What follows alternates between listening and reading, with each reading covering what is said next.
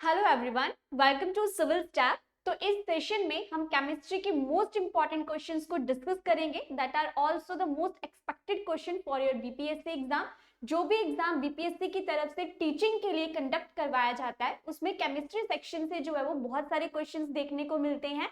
अब हम one by one उन क्वेश्चंस को डिस्कस करेंगे। So I hope that you like this session. तो चलो स्टार्ट करते हैं फर्स्ट क्वेश्चन से। And your first question is which of the following is the non-metal that remains liquid at room temperature?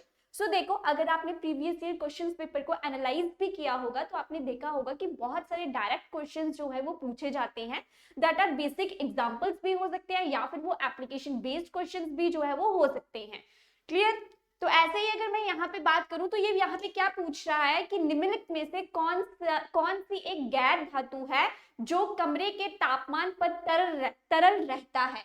अगर मैं बात करूं तो एक आपके पास होता है मेटल और एक आपके पास होता है नॉन मेटल, जिसे आप कहते हो धातु या फिर जिसे आप क्या कहते हो, अधातु कहते हो। अगर मैं धातु की बात करूं तो धातु क्या होती है, आपकी चमकदार होती है, लस्ट्रस है, आवाज प्रोड्यूस करती है, जब आप उन्हें आपस में टकराते हो तो आवाज प्रोड्यूस करती है, और उसके बाद वो बहुत अच्छी एक सुचालक भी है, ठोस फॉर्म में वो सबसे ज्यादा पाई जाती है। ऐसे ही अगर मैं नॉन मेटल की बात करूं तो ये सबसे ज्यादा जो है वो गैसियस फॉर्म में पाई जाती है। और ये क्या है, आपके पास इंसुलेटर्स है। इंसुलेटर्स का मतलब क्या है कि ये जो भी अब आपके पास ऊष्मा है, जो भी आपके पास इलेक्ट्रिसिटी है, उसका क्या है, ये बहुत अच्छा कुचालक है। इसमें से इलेक्ट्रिसिटी जो है वो पास नहीं होती है। और मैक्सिमम क्योंकि यहाँ पे गैसेस पाई जाती हैं तो उन्होंने क्वेश्चन में पूछा हुआ है कि सिर्फ एक ही अधातु ऐसी है जो किस फॉर्म में पाई जाती है, द्रव फॉर्म में पाई जाती है, और वो कौन सी है। And your options are phosphorus, bromine, chlorine या फिर हीलियम। अब देखो, हीलियम तो नहीं हो सकती क्योंकि ये क्या है, ये बहुत अच्छी एक नोबल गैस है। फॉस्फोरस भी नहीं हो सकता because it is not a liquid form. Next है आपके पास ब्रोमीन या फिर क्लोरीन। तो इनमें से कौन सा ऑप्शन सही है? So option B is the right answer. जो ब्रोमीन है वो आपका क्या होता है, ब्राउन इन कलर जो है वो आपके पास देखने को मिलता है, थोड़ा सा करसिव इन नेचर भी होता है, डेंजरस होता है यूज करने के लिए। तो सिर्फ यही एक नॉन मेटल ऐसा है, ये सिर्फ यही एक अधातु ऐसी है जो किस फॉर्म में पाई जाती है, तरल फॉर्म में पाई जाती है। और मैक्सिमम बाकी जितनी भी हैं वो गैसियस फॉर्म में और सॉलिड फॉर्म में जो है वो देखने को मिलती है। यहाँ से एक और एक्सपेक्टेड क्वेश्चन जो है वो बन सकता है कि हमारे पीरियोडिक टेबल में टोटल कितने ऐसे एलिमेंट्स हैं जो डायरेक्ट जो है नेचुरल फॉर्म में जो है वो गैसियस फॉर्म में पाए जाते हैं। तो नेचुरली गैसेस हमारे पीरियोडिक टेबल में पाई जाती हैं वो कितनी है, टोटल 11 एलिमेंट्स ऐसे हैं जो नेचुरली गैसियस फॉर्म में पाए जाते हैं। आपको पता होना चाहिए कि हमारी जितनी भी गैसेस हैं वो सारी की सारी क्या है, नॉन मेटल फॉर्म में एग्जिस्ट करती हैं।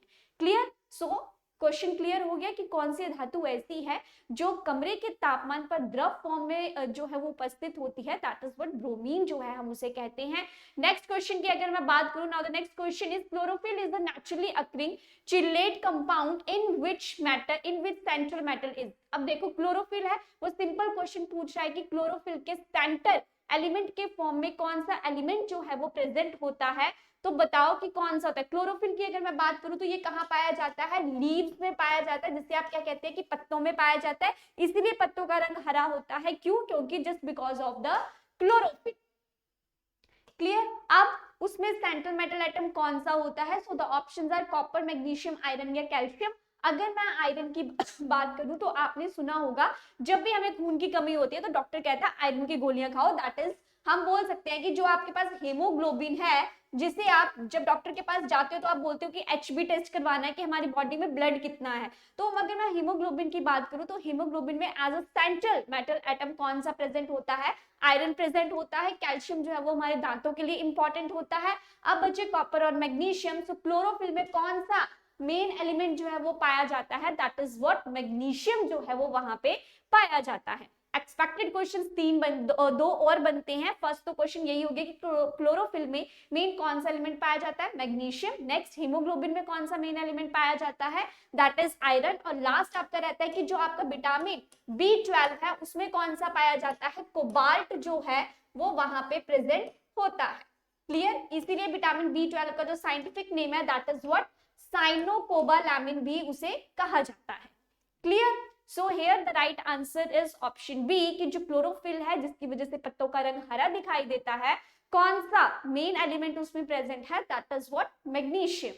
Next is washing soda is the common name for अब देखो कपड़े सभी धोते हैं, क्लियर है, डिटर्जेंट सभी यूज करते हैं, सो वही पूछ रहा है कि वो जो वॉशिंग सोडा है उसका फॉर्मूला जो है वो क्या होता है, sodium carbonate, calcium carbonate, sodium bicarbonate या फिर कैल्शियम कार्बोनेट। अगर मैं फॉर्मूला की बात करूं तो this is what, calcium carbonate. और कैल्शियम कार्बोनेट आपके पास क्या होता है, जिसे आप मार्बल कहते हो, घरों में मार्बल डालते हैं, दैट इज व्हाट, उसे हम कहते हैं कैल्शियम कार्बोनेट। सोडियम बाइकार्बोनेट की बात करूं तो this is what, NaCO3। So NaCO3 जिसे सोडियम बाइकार्बोनेट या सोडियम हाइड्रोजन कार्बोनेट भी कहा जाता है, ये किसका फॉर्मूला है, this is the formula of the baking soda and this is used in the, कहां पे यूज किया जाता है, ये खाना बनाना वगैरह में यूज किया जाता है। ऐसे कैल्शियम बाइकार्बोनेट की बात करूं so this is a different thing, ये जो है मेनली वॉशिंग सोडा में यूज नहीं होता है। तो आपका कौन सा वॉशिंग सोडा में यूज होता है, that is Na2CO3.10 molecules of water, that is sodium carbonate decahydrate, is known as the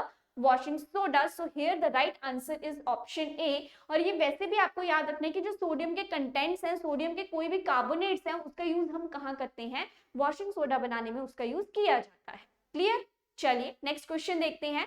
Which of the gas is not known as greenhouse gas? इसमें से कौन सी गैस है जो ग्रीन हाउस गैस के लिए रिस्पॉन्सिबल नहीं है। अब देखो ग्रीन हाउस सभी ने देखे होंगे, हमारे आसपास सभी के घरों में जो है वो ग्रीन हाउस देखने को मिलते हैं, जहाँ पे क्या किया जाता है, टेम्परेचर प्रॉपर तरीके से उस ग्रीन हाउस को बंद कर दिया जाता है, अंदर जो है वो वेजिटेबल्स भी उगाई जाती हैं, कभी कभी फ्लावर्स भी उगाए जाते हैं, या डिफरेंट किसी भी टाइप का कल्टीवेशन जो है वो वहां पे किया जाता है। तो क्या होता है, वो एकदम से बंद होता है, लेकिन जब आप उसे एकदम से ओपन करेंगे तो वहां से क्या होगा, बहुत ज्यादा हीट प्रोड्यूस होगी। क्यों, क्योंकि अंदर कार्बन डाइऑक्साइड जो है वो बहुत ज्यादा इकट्ठी हो चुकी होगी, और उस कार्बन डाइऑक्साइड के जैसे ही वो एकदम से बाहर निकलेगी, वहां पे क्या होगा, बहुत ज्यादा अर्थ का टेम्परेचर इंक्रीज हो जाएगा, क्योंकि वहां पे कार्बन डाइऑक्साइड का जो लेवल है वो बहुत ज्यादा हो गया है, इसलिए अर्थ जो है वो तपना शुरू हो जाएगी, और उसकी वजह से क्या है, ग्लोबल वार्मिंग बढ़ना भी शुरू हो जाएगी। तो वो यहाँ पे ये पूछ रहा है कि जो फॉलोइंग ऑप्शंस दिए गए हैं उसमें से कौन सा जो है वो ग्रीन हाउस के लिए responsible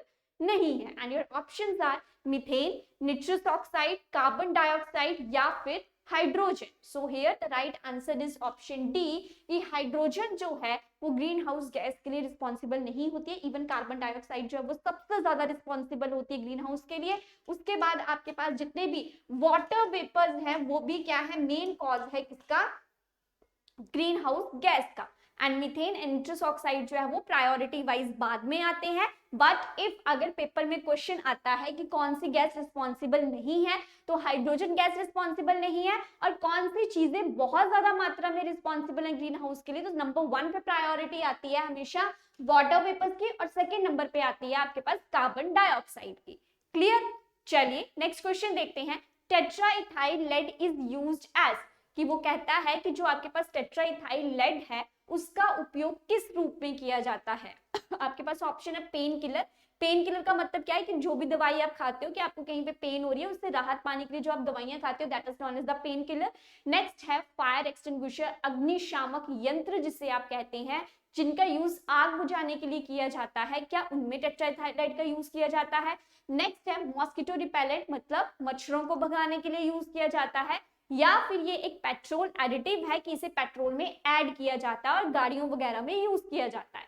so here the right answer is what, that is option D कि हम टेट्राइथाइल लेड का यूज कैसे करते हैं, एज अ पेट्रोल एडिटिव करते हैं। And tetraethyl lead is known as the anti knocking compound.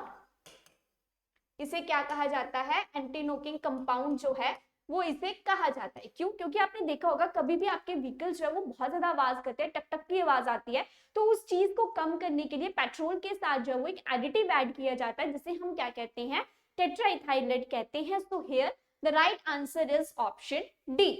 Clear, next है आपके पास, ध्यान से इस क्वेश्चन को पढ़ना है, ऐसे क्वेश्चंस जो है वो एग्जाम में देखने को मिलते हैं। Now the question is the property of a substance to absorb moisture from the air on exposure is called. वो कह रहा है एक्सपोजर पर हवा से नमी को अवशोषित करने के लिए किसी पदार्थ का गुण क्या कहलाता है। मतलब कोई भी आपके पास पदार्थ है, आपने जैसे ही उसे ओपन में रखा, अब उसे खुले में लेके आए, उसने क्या किया, मॉइस्चर जो है उसको गेन करना शुरू कर दिया, तो हम उस प्रोसेस को क्या कहते हैं। अगर मैं इसके नॉर्मल एग्जांपल की बात करूं तो आपने देखा होगा कि बरसात के दिनों में क्या होता है, कोई भी चीज हो अगर आप उसे खुला छोड़ दो तो उसमें क्या होती है, सीलन आना जो है वो शुरू हो जाते हैं। या फिर आपने बिस्किट का पैकेट खोला और उसको अच्छे से फिर से बंद नहीं किया है तो बिस्किट क्या होते हैं, खराब होना शुरू हो जाते हैं।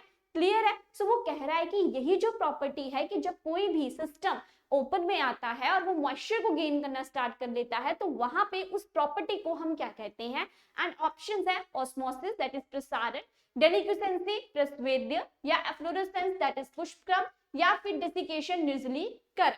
सो यहाँ पे इसका सही आंसर क्या है आपके पास, दैट इज ऑप्शन बी, डेलिक्विसेंसी जो है वो उसे कहा जाता है। जैसे नमक होता है तो बरसात के दिनों में क्या होता है कि अगर आपने उस बॉक्स को अच्छे से बंद नहीं किया है तो उस नमक में जो है वो वाटर वेपर्स आना शुरू हो जाते हैं। दैट मीन्स कि सिस्टम ने क्या किया है, एटमॉस्फेयर से मॉइस्चर को गेन करना स्टार्ट कर दिया है।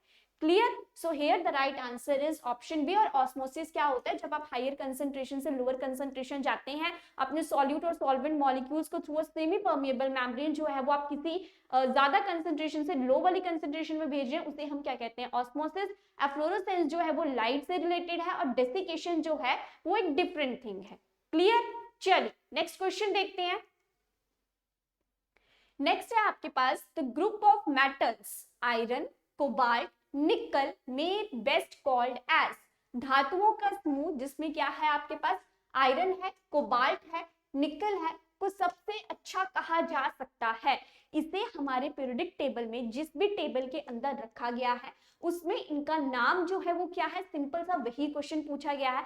क्या हम इन्हें ट्रांजिशन मेटल्स कहते हैं, दैट इज द संक्रमण धातु, या फिर मेन ग्रुप मेटल्स मुख्य समूह धातु, अल्कली मेटल्स जिसे हम क्षार धातु कहते हैं, या फिर रेयर मेटल्स जिसे हम दुर्लभ धातु कहते हैं। अच्छा अगर अब मैं रेयर मेटल्स की बात करूं ना तो ये क्या होते हैं आपके पास, जो लास्ट में एफ ब्लॉक्स में प्रेजेंट होते हैं, दैट इज एक्टिनोइड्स, एंड दूसरा हम उसे क्या कहते हैं, लैंथेनोइड्स कहते हैं।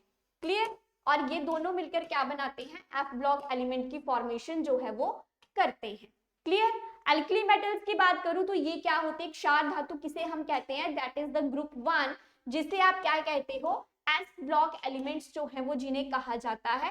क्लियर। सो ये भी नहीं हो सकता क्योंकि यहाँ पे डिफरेंट चीजें प्रेजेंट होती हैं। मेन ग्रुप एलिमेंट्स जो है वो नेक्स्ट हो गया आपके अल्कलाइन अर्थ मेटल्स हो गया, तो आयरन, कोबाल्ट और निकल को क्या कहा जाता है, ट्रांजिशन मेटल्स जो है वो कहा जाता है। Clear. So here the right answer is option ए। और ट्रांजिशन मेटल्स क्या होती हैं आपके पास, ये कौन से ब्लॉक में आती हैं, that is it is present in block D. और इन्हें जो है वो ट्रांजिशन मेटल्स इसलिए भी कहा जाता है क्योंकि जब हम धातु से अधातुओं की ओर जाते हैं तो बीच में एक बहुत अच्छा ट्रांजिशन फेज आता है, इसीलिए इन्हें हम क्या कहते हैं, ट्रांजिशन मेटल्स। और ये बहुत अच्छे क्या होते हैं, कैटलिस्ट होते हैं। मैक्सिमम कंपाउंड्स आपको यहाँ पे क्या है, कलर्ड कंपाउंड्स, रंग वाले तत्व जो है वो देखने को मिलेंगे।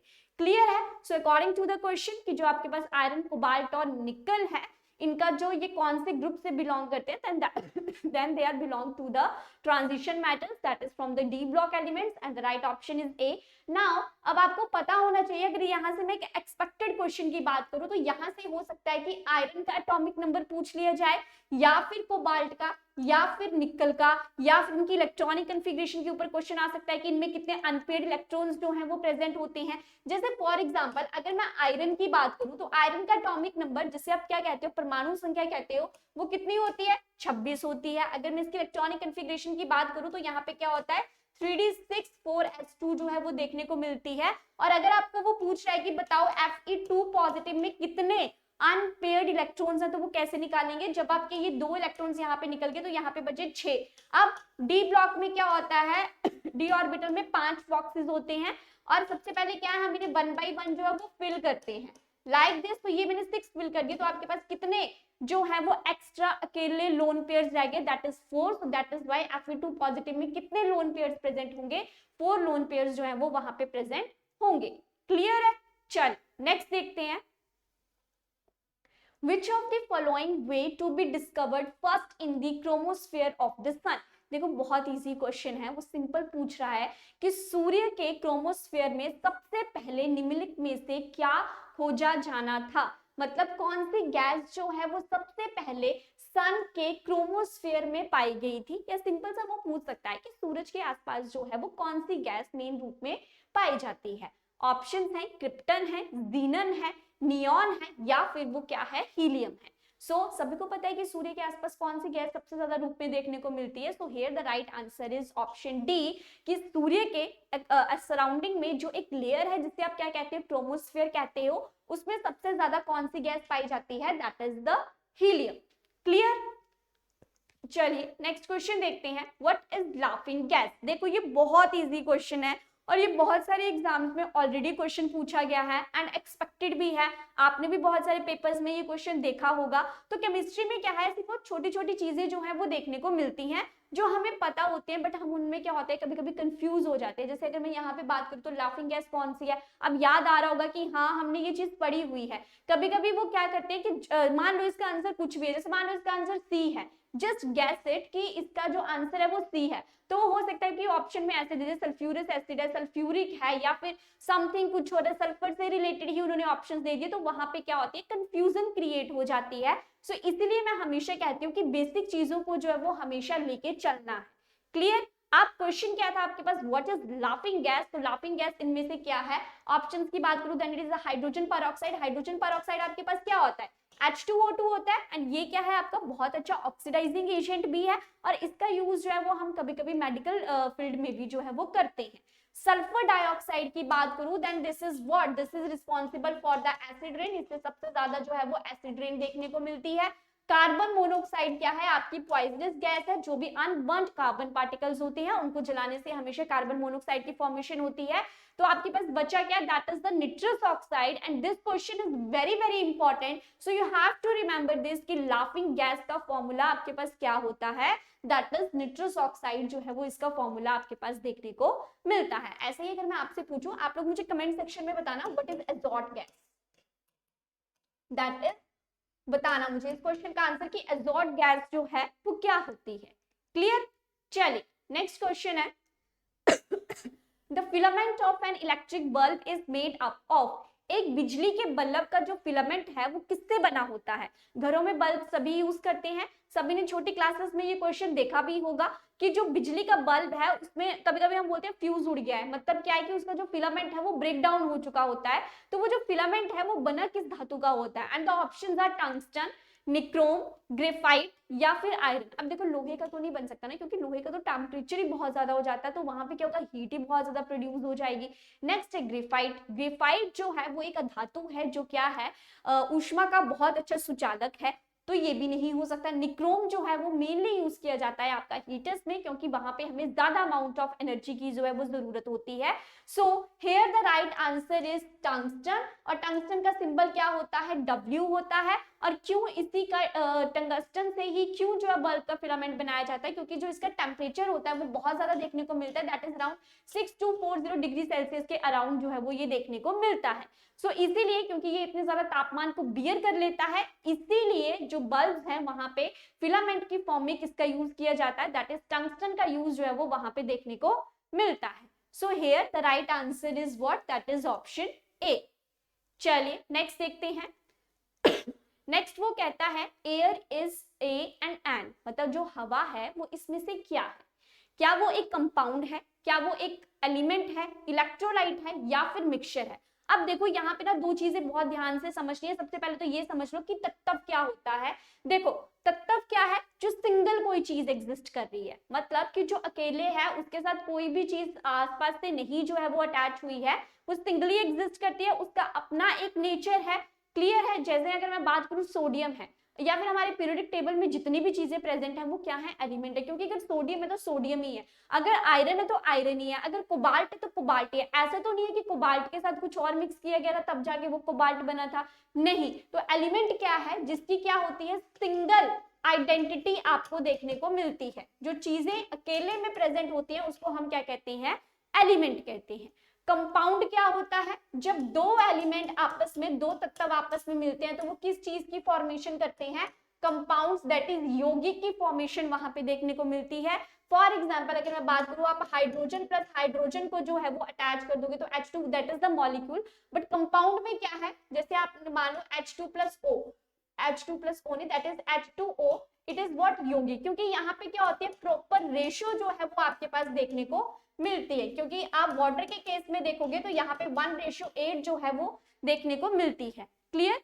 तो क्या है यहाँ पे एक तत्व है, तत्व मतलब क्या, कोई भी चीज सिंगल एग्जिस्ट कर रही है, और जब वही तत्व डिफरेंट डिफरेंट फॉर्म में एक साथ जुड़ते हैं तो हम उन्हें क्या कहते हैं, कंपाउंड्स जो है उन्हें कहा जाता है, दैट इज यौगिक जो है उन्हें कहा जाता है। और यौगिक में क्या डिफरेंस है कि जो यौगिक है उनमें जो भी दो कंपाउंड्स या दो एलिमेंट्स आपस में मिलके कंपाउंड की फॉर्मेशन कर रहे हैं वो क्या होता है, प्रॉपर रेशियो में जो है वो प्रेजेंट होते हैं। ऐसा नहीं है कि अपनी मर्जी से ही वो कनेक्ट हो जाएंगे, वो बिल्कुल एक परफेक्ट रेशियो में जो है वो कनेक्ट होते हैं, वहां पे क्या करते हैं फिर वो एक कंपाउंड की फॉर्मेशन जो है वो वहां पे देखने को मिलती है। क्लियर? ऐसे ही अगर मैं इलेक्ट्रोलाइट्स की बात करूं तो ये क्या होते हैं, जो भी आपके पास पॉजिटिव और नेगेटिव आयंस प्रेजेंट होती हैं उन्हें हम क्या कहते हैं, इलेक्ट्रोलाइट्स।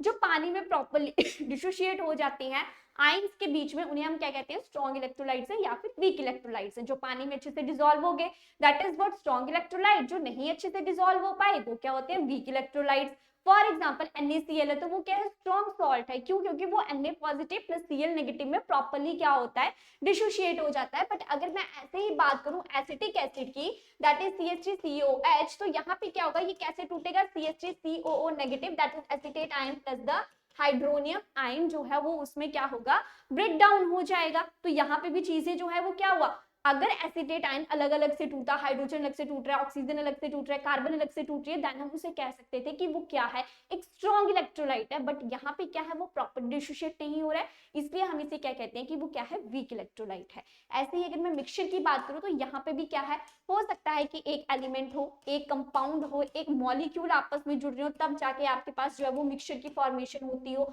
इन शॉर्ट आप कह सकते हैं कि जहां पे आपकी रेशो डिफाइंड नहीं है, रेशो डिफरेंट डिफरेंट है, वहां पे हम उसे क्या कहते हैं, मिक्सचर, दैट इज द मिश्रण। हम उसे कहते हैं, मिश्रण का मतलब भी क्या है कि जब बहुत सारी चीजें आपस में मिक्स हो जाती है तो हम उसे क्या कहते हैं कि वो मिक्सचर है।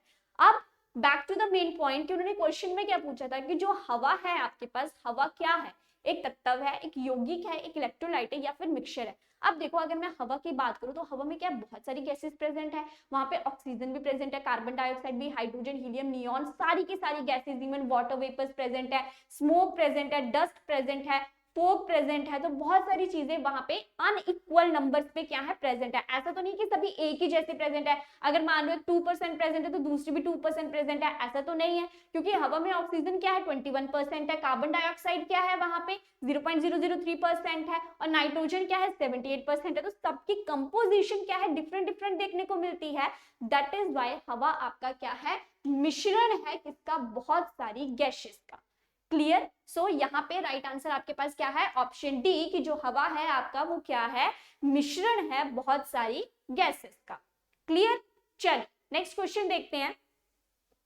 नेक्स्ट है, water is a good solvent of ionic salts because, पानी आयनिक लवण का एक अच्छा विलायक है क्योंकि इसके पास क्या है, इसमें एक उच्च विशिष्ट गर्मी है, इसका कोई रंग नहीं है, या इसमें एक उच्च द्विध्रुवीय ध्रुवीय क्षण है, या फिर इसमें एक उच्च क्वथनांक जो है वो प्रेजेंट है। अगर मैं यहाँ पे क्वथनांक की बात करूं तो क्वथनांक मतलब क्या है, जैसे बॉइलिंग पॉइंट, मतलब जिस भी टेम्परेचर पे, जिस भी तापमान ने उबलना शुरू कर दिया उसे हम क्या कहते हैं, बॉइलिंग पॉइंट जो है उसे कहते हैं। और पानी का क्वथनांक कितना होता है, 100 डिग्री सेल्सियस जो है वो आपको देखने को मिलता है। अब वो पूछ रहा है कि पानी जो है वो बहुत सारी चीजों को अपने अंदर घोल लेता है, ऐसा क्यों है, क्यों पानी को जो है वो एक यूनिवर्सल सॉल्वेंट जो है वो कहा जाता है। अब देखो यहाँ पे था, उन्होंने पूछा था कि वाटर जो है एक बहुत अच्छा सॉल्वेंट है, किसके लिए, आयोनिक सॉल्ट्स के लिए, क्योंकि अगर मैं आयोनिक सॉलिड्स की बात करूँ ना तो वो पानी में कभी भी नहीं घुलते हैं। क्यों? क्योंकि सॉलिड्स कभी भी पानी में जाके टूटते नहीं है, और ना ही उसकी वजह से क्या है वो इलेक्ट्रिसिटी को कंडक्ट करते हैं। बट अगर आपका कोई भी आयन मोल्टन स्टेट में या पिघली हुई स्टेट में प्रेजेंट है और आप उसे पानी में डिसॉल्व करते हो, तब वहां पे वो प्रॉपर्ली क्या होते हैं, डिसोशिएट हो जाते हैं आयंस में, और वहां पे कंडक्टिविटी जो है वो देखने को मिलती है। क्लियर? सो क्वेश्चन क्या था कि पानी एक बहुत अच्छा क्या है, विलायक है। क्यों है? क्योंकि उसका एक उच्च विशिष्ट गर्मी है। स्पेसिफिक हीट का मतलब होता है जब हमने किसी भी गिवन सब्सटेंस को, 1 किलो सब्सटेंस को 1 डिग्री सेल्सियस तक हीट करना है तो उसमें जितनी एनर्जी प्रोड्यूस होती है उसे हम कहते हैं स्पेसिफिक हीट, कि इसे गर्म करने के लिए, इतने ग्राम को गर्म करने के लिए इतनी एनर्जी की जरूरत पड़ेगी। अगला था इट हैज नो कलर, की पानी का कोई रंग नहीं होता, तो इससे उसका घोलने वाली क्षमता से क्या लेना देना है, तो ये ऑप्शन तो नहीं हो सकता। नेक्स्ट है it has a very high dipole moment, कि इसका जो ध्रुवीय क्षण है वो बहुत ज्यादा है। So here the right answer is option C. और आपका डाइपोल मोमेंट क्या होता है, that is mu is equals to charge into displacement, जो है वो आपको देखने को मिलता है। क्लियर। और इसके यूनिट्स क्या होते हैं आपके पास, डी बाई यूनिट्स जो है आपको इसके पास देखने को मिलते हैं। अगर मैं पानी के स्ट्रक्चर की बात करूं तो यहां से भी क्वेश्चन आ सकता है, दैट इज ऑक्सीजन सेंटर में लोन पेयर्स जो है वो यहाँ पे प्रेजेंट होते हैं 2, और यहाँ पे आ जाएगा हाइड्रोजन, यहाँ पे आ जाएगा हाइड्रोजन, और इस शेप को आप क्या कहते हो, बेंच शेप कहते हो। और इन्हीं लोन पेयर्स की वजह से वो सारी की सारी एक्सेप्शंस जो है वो देखने को मिलती है। सो हम कह सकते हैं कि पानी जो है वो बहुत अच्छा सॉल्वेंट है। क्यों? क्योंकि उसका जो डाइपोल मोमेंट है वो बहुत ज्यादा देखने को मिलता है। क्लियर। चलिए नेक्स्ट क्वेश्चन देखते हैं। Which of the following does not contain neutrons? इनमें से कौन सा ऐसा एलिमेंट है जिसमें न्यूट्रॉन्स जो है वो बिल्कुल भी प्रेजेंट नहीं होते। जब मैंने क्लासेस ली हुई है ना, जहां पे मैंने डिटेल में समझाया हुआ, वहां पे मैं कई बार कहती हूँ कि यहाँ से जो है वो क्वेश्चन देखने को मिलता है। अब अगर मैं एक बात करूं कि कैसे हम न्यूट्रॉन्स की संख्या निकालते हैं, जैसे मान लो आपके पास ना एक कार्बन है और आपको कार्बन का सबसे पहले क्या लिखना है, atomic number. Atomic number but परमाणु संख्या। परमाणु संख्या क्या होती है, जैसे क्लास में क्या होता है, डिफरेंट डिफरेंट बच्चे होते हैं, हर बच्चे का क्या होता है, एक रोल नंबर होता है। तो वो रोल नंबर क्या है, उस बच्चे की एक स्पेसिफिसिटी है कि ये रोल नंबर जब बोला जाएगा मतलब कि वो वाला बच्चा क्या होगा, खड़ा हो जाएगा। वैसे ही क्या है, कार्बन है तो कार्बन का भी पर्टिकुलर अपना क्या है, एक रोल नंबर है जो कितना है उसका 6। तो जो भी चीजें किसी भी एलिमेंट के सबसे नीचे लिखी जाती है उसे हम क्या कहते हैं कि वो क्या है, उसका एटॉमिक नंबर है। दैट इज व्हाट, उसे हम क्या कहते हैं, परमाणु संख्या। और एटॉमिक नंबर हमें हमेशा किसके बारे में बताता है, इलेक्ट्रॉन्स और प्रोटॉन्स की संख्या के बारे में जो है वो बताता है। इतनी चीजें समझ में आ गई कि किसी भी तत्व का जो भी आपको परमाणु संख्या दी गई है वो हमें बता रही है कि गिवन जो भी आपका दिया गया तत्व है उसमें कितने इलेक्ट्रॉन्स प्रेजेंट है और कितने उसमें प्रोटॉन्स प्रेजेंट है। और जब यही परमाणु संख्या जो वो डबल हो जाती है, मान लो 12 हो गए, तो इसे हम क्या कहते हैं, मास नंबर, जिसे हम हिंदी में क्या कहते हैं, द्रव्यमान संख्या जो है वो उसे कहा जाता है कि उसका मास, उसका भार जो है वो कितना है। और जब भी आप इस मास नंबर में से एटॉमिक नंबर को क्या कर देते हो, माइनस कर देते हो, तो आपके पास किसकी संख्या निकलती है, न्यूट्रॉन्स की संख्या जो है वो वहां पे देखने को मिलती है। एंड आई सेड कि ये क्वेश्चंस बहुत इंपॉर्टेंट है। जरूरी नहीं है कि वो क्वेश्चन ऐसे पूछ रहे, हो सकता है वो किसी भी कोई भी एलिमेंट दे दे और बोल रहे कि इसका बताओ कि कितना इलेक्ट्रॉन्स, कितने प्रोटॉन्स और कितने न्यूट्रॉन्स है। तो उसके लिए आपको सबसे पहले एटॉमिक नंबर दैट इज परमाणु संख्या का पता होना जरूरी है, क्योंकि अगर वो पता है तो डबल करके द्रव्यमान संख्या निकल सकती है। जो परमाणु संख्या है वहां से इलेक्ट्रॉन्स और प्रोटॉन्स के बारे में पता चल जाता है, और mass number minus atomic number करने से क्या है, न्यूट्रॉन्स की संख्या का हमें पता चल जाता है। अगर मैं ऑक्सीजन की बात करूं तो ऑक्सीजन में क्या है, ऑक्सीजन इसका एटॉमिक नंबर क्या है 8, और यहाँ पे क्या आ जाएगा इसका 16, तो 16 में से 8 गए, इसमें न्यूट्रॉन्स की संख्या कितनी हो जाएगी, 8 हो जाएगी। ऐसे अगर मैं नाइट्रोजन की बात करूं तो नाइट्रोजन का सिंबल क्या है, N, उसका एटॉमिक नंबर क्या है 7, मास नंबर क्या है 14, तो ये क्या बन जाएगा, यहाँ पे 7 जो है वो आपको देखने को मिलेगा। Same in the case of copper की बात करूं तो यहाँ पे तो बहुत ही ज्यादा हो जाएगा। हाइड्रोजन की बात करूं तो यहाँ पे क्या होता है 1H1 जो है वो आपके पास देखने को मिलता है, और यहाँ पे 1 - 1 क्या हो जाएगा, आपके पास 0 जो है वो हो जाएगा। तो दैट इज वाई पूरे पीरियडिक टेबल में एक ही एलिमेंट ऐसा है जहां पे न्यूट्रॉन्स की संख्या 0 होती है, वो कौन सा है, that is the option C, hydrogen जो है वो इसमें देखने को मिलता है। अब ये क्वेश्चन डिफरेंट फॉर्म में कैसे आ सकता है, आपने समस्थानिक और संभार के बारे में जो वो पढ़ा होगा।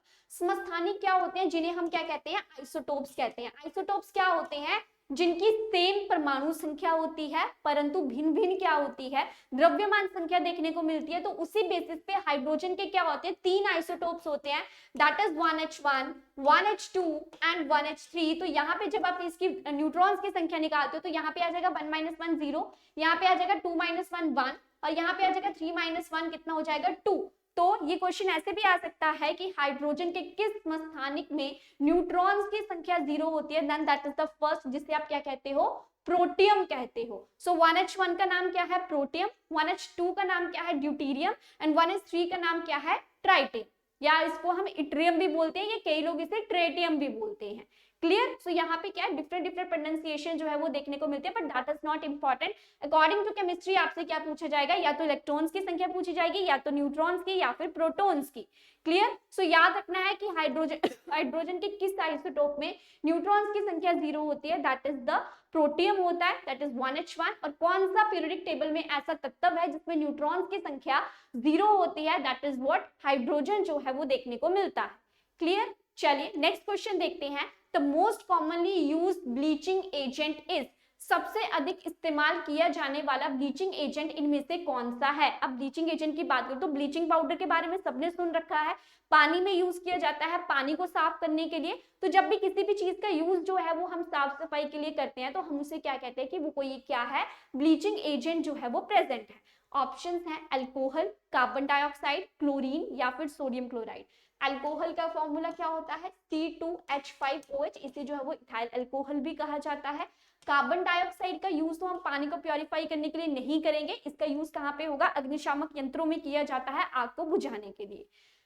नेक्स्ट है आपके पास क्लोरीन, और नेक्स्ट है आपके पास sodium chloride that is NaCl। अब नमक का यूज तो नहीं करते ना पानी को साफ करने के लिए, तो बचा क्या है आपके पास, क्लोरीन। अब ये क्लोरीन कहाँ से आया, क्योंकि जो ब्लीचिंग पाउडर था उसका फॉर्मूला क्या था, CaOCl2, that means calcium oxychloride जो है वो इसका फॉर्मूला देखने को मिलता है। और यहाँ पे क्या प्रेजेंट है, क्लोरीन प्रेजेंट है, and chlorine is used to purify the water. इसका यूज किस लिए किया जाता है, पानी को साफ करने के लिए जो है वो क्लोरीन गैस को जो है वो पास करवाया जाता है। अगर तो ब्लीचिंग पाउडर का फॉर्मूला पूछा जा रहा है डायरेक्ट टिक कर दो CaOCl2, बट अगर क्वेश्चन इस तरीके से पूछा गया है कि कौन सी ऐसी गैस का जिसका प्रयोग किया जाता है पानी को साफ करने के लिए, तो वो कौन सी गैस है, क्लोरीन गैस का यूज जो है वो वहां पे देखने को मिलता है। So according to the question the right answer is option C, कि जो सबसे अधिक इस्तेमाल किया जाने वाला ब्लीचिंग एजेंट है उसे हम क्या कहते हैं, क्लोरीन जो है हम उसे कहते हैं। Clear?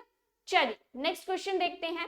The metal that is used as a catalyst in the hydrogenation of oil is, तेलों के हाइड्रोजनेशन में उत्प्रेरक के रूप में उपयोग किए जाने वाली धातु जो है वो कौन सी है? अब देखो ये उत्प्रेरक क्या होता है, ये क्या है, गुप्तदान का काम करता है। मतलब कैटलिस्ट एक ऐसा सब्सटेंस है जिसे हम किसी भी केमिकल रिएक्शन में जब ऐड करेंगे तो वो उसकी रेट ऑफ रिएक्शन, उसकी स्पीड को क्या कर देगा, बढ़ा देगा या फिर कम कर देगा, वो डिपेंड करता है कि हम कौन से टाइप का कैटलिस्ट जो है वो यूज करते हैं। बट मेनली हम क्या कहेंगे कि उत्प्रेरक जो है वो एक ऐसी चीज है, जब भी आप उसे केमिकल रिएक्शन में डालोगे तो वहां पे जो रिएक्शन की स्पीड है वो क्या हो जाएगी, चेंज हो जाएगी। अब वो कम भी हो सकती है और वो ज्यादा भी हो सकती है। अब वो बोल रहा है कि जो जब हम कौन सी धातु का यूज किया जाता है एज ए कैटलिस्ट, जब आप तेल को जो है वो उसका प्रिपरेशन कर रहे हैं, और आपके पास ऑप्शन है निकल, पीबी लेड, कॉपर या फिर platinum. So here the right answer is निकल। और ये मैं वैसे भी कहूंगी कि ये बहुत इंपॉर्टेंट क्वेश्चन है, क्योंकि यहाँ पे हाइड्रोजनेशन के लिए या तो आपको निकल देखने को मिलेगा या तो आपको हाइड्रोजन जो है वो देखने को मिलेगा। अब देखो निकल और हाइड्रोजन क्या है, ये कहाँ पे यूज किया जाता है, रिडक्शन में यूज किया जाता है। रिडक्शन का मतलब क्या है, जब भी आपको अनसैचुरेशन कंपाउंड से सैचुरेटेड कंपाउंड बनाना है तो वहां पे क्या होता है, निकल और हाइड्रोजन का यूज जो है वो मेन फॉर्म में देखने को मिलता है। दैट इज जब भी आपको डबल बॉन्ड से किसी भी चीज को सिंगल में कन्वर्ट करना है तो वहां पे निकल या फिर हाइड्रोजन का यूज देखने को मिलता है। और इस टाइप की रिएक्शंस को हम क्या कहते हैं, हाइड्रोजिनेशन कहते हैं।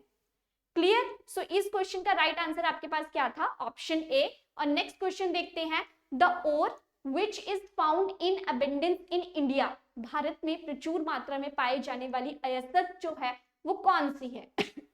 अब अगर मैं मैग्नेटाइट की बात करूं तो मैग्नेटाइट क्या होता है आपका, MgCO3 या फिर कैल्शियम कार्बोनेट साथ में आ जाता है। सो मैं कह सकती हूँ कि मैग्नेटाइट क्या है, मैग्नीशियम की ओर है। बॉक्साइट क्या है, aluminium Al2O3 with 24 molecules of water जो है इसे कहा जाता है, मतलब ये एल्यूमिनियम की है। फ्लोरोस्फार जो है वो फ्लोरीन की है। और मोनोसाइट किसकी ओर है, दैट इज थोरियम की जो है वो ये क्या है, और। क्लियर? तो भारत में सबसे अधिक मात्रा में कौन सा जो है अयस्क पाया जाता है, डायरेक्ट क्वेश्चन है, that is the option A, monazite. और मोनाजाइट जो है वो किसकी और का नाम है, दैट इज थोरियम का। तो यहां से जो है वो क्वेश्चन आपका बन सकता है। क्लियर? चलिए नेक्स्ट क्वेश्चन देखते हैं, the monomer of polythene is. अब देखो पॉलीमर्स वाला चैप्टर सभी ने पढ़ रखा है। वहां पे हम क्या पढ़ते हैं कि जब भी हमने एक बड़े मॉलिक्यूल की फॉर्मेशन करनी है तो वहां पे हम क्या करेंगे, छोटे छोटे मॉलिक्यूल्स को इकट्ठा करेंगे, उनकी पॉलीमराइजेशन करवाएंगे और वहां से क्या होगा, पॉलीथीन की फॉर्मेशन या किसी भी बड़े मॉलिक्यूल की फॉर्मेशन आपके पास देखने को मिलेगी। अब यहाँ पे क्या है, पॉलीथीन, पॉली का मतलब क्या है कि पॉलीमराइजेशन हो चुकी है और किसकी हुई है, इथीन की पॉलीमराइजेशन जो है वो आपके पास देखने को मिली है। So here the right answer is what, option B, that is ethylene. कि जब आप इथाइलिन के डिफरेंट बहुत सारे मोनोमर यूनिट्स को आपस में कनेक्ट करवा देते हो तो आपके पास क्या बनता है, प्लास्टिक, दैट इज पॉलीथीन की फॉर्मेशन जो है वो वहां पे देखने को मिलती है। ऐसे ही जब आप विनाइल क्लोराइड की फॉर्मेशन करवाते हो तो वहां पे पीवीसी, पॉलीविनाइल क्लोराइड की फॉर्मेशन जो है वो देखने को मिलती है। और इथाइल अल्कोहल तो क्या है, ये तो फर्मेंटेशन वाली प्रोसेस से जो है वो अल्कोहल बनाई जाती है। Clear? So here the right answer is what, that is the option B. Next है, the first metal used by man was, कि मनुष्य द्वारा उपयोग में लाई जाने वाली प्रथम धातु जो है वो कौन सी थी। सबको पता है इस क्वेश्चन का आंसर कि सबसे पहली धातु जो इंसान द्वारा यूज करी गई थी वो कौन सी है, that is the option B, जिसे आप क्या कहते हो, तांबा कहते हो। This is a very basic question, हर बच्चे को जो है ये क्वेश्चन का पता होता है कि सबसे पहले इंसान ने जो धातु यूज करी थी वो कौन सी थी, दैट इज तांबा। कॉपर जो है सबसे पहले उसका यूज किया गया। क्लियर? नेक्स्ट क्वेश्चन है, the gas used for artificial ripening of green fruits. अब देखो कभी कभी आम क्या होते हैं, जब कच्चे होते हैं ना तो कोई उन्हें चुरा के ना ले जाए तो घर वाले क्या करते हैं, पहले ही उन्हें तोड़ के रख लेते हैं, फिर हम उन्हें कहते हैं कि इसे मसाला लगा हुआ है, इसे मसाले में रख दो, ये जल्दी जल्दी पक जाएंगे। तो वो जो मसाला है जिसमें आप आमों को पकाया जा रहा है उसका फॉर्मूला क्या है, वो कौन सी गैस जो है वो उनसे प्रोड्यूस होती है जिससे आपका गिवन फ्रूट जो है वो जल्दी पकना शुरू हो जाता है। तो वो इसीलिए पूछ रहा है कि हरे फल के कृत्रिम पकने के लिए उपयोग की जाने वाली गैस जो है वो कौन सी है। एंड आपके पास ऑप्शन है इथाइलिन, इथेन, कार्बन डाइऑक्साइड या फिर एसिटाइलिन। तो देखो अगर मैं एसिटाइलिन की बात करूं तो ये क्या है, ये वेल्डिंग पर्पसेस के लिए जो है वो ये गैस यूज करी जाती है। कार्बन डाइऑक्साइड जो है वो नहीं हो सकती है। अब बच्चा इथेन या फिर ethylene. So here the right answer is what, that is option ए, कि जो आपके पास इथाइलिन गैस है उसका यूज किसमें किया जाता है, that is CH2 double bond CH2। इसका यूज कहाँ पे देखने को मिलता है, फलों को कृत्रिम रूप से पकाने के लिए जो है वो इस गैस का यूज जो है वो किया जाता है। Clear? So this is all about today. I hope कि आपको क्वेश्चंस पसंद आ गए हो और आपको समझ भी आ गए हो और आपको क्वेश्चंस अच्छे लगे हो। So these are what expected questions है, पेपर्स में ये क्वेश्चन जो है वो देखने को मिल सकते हैं। Clear? So thank you so much और आप अपनी प्रिपरेशन जो है वो अच्छे से करते रहे।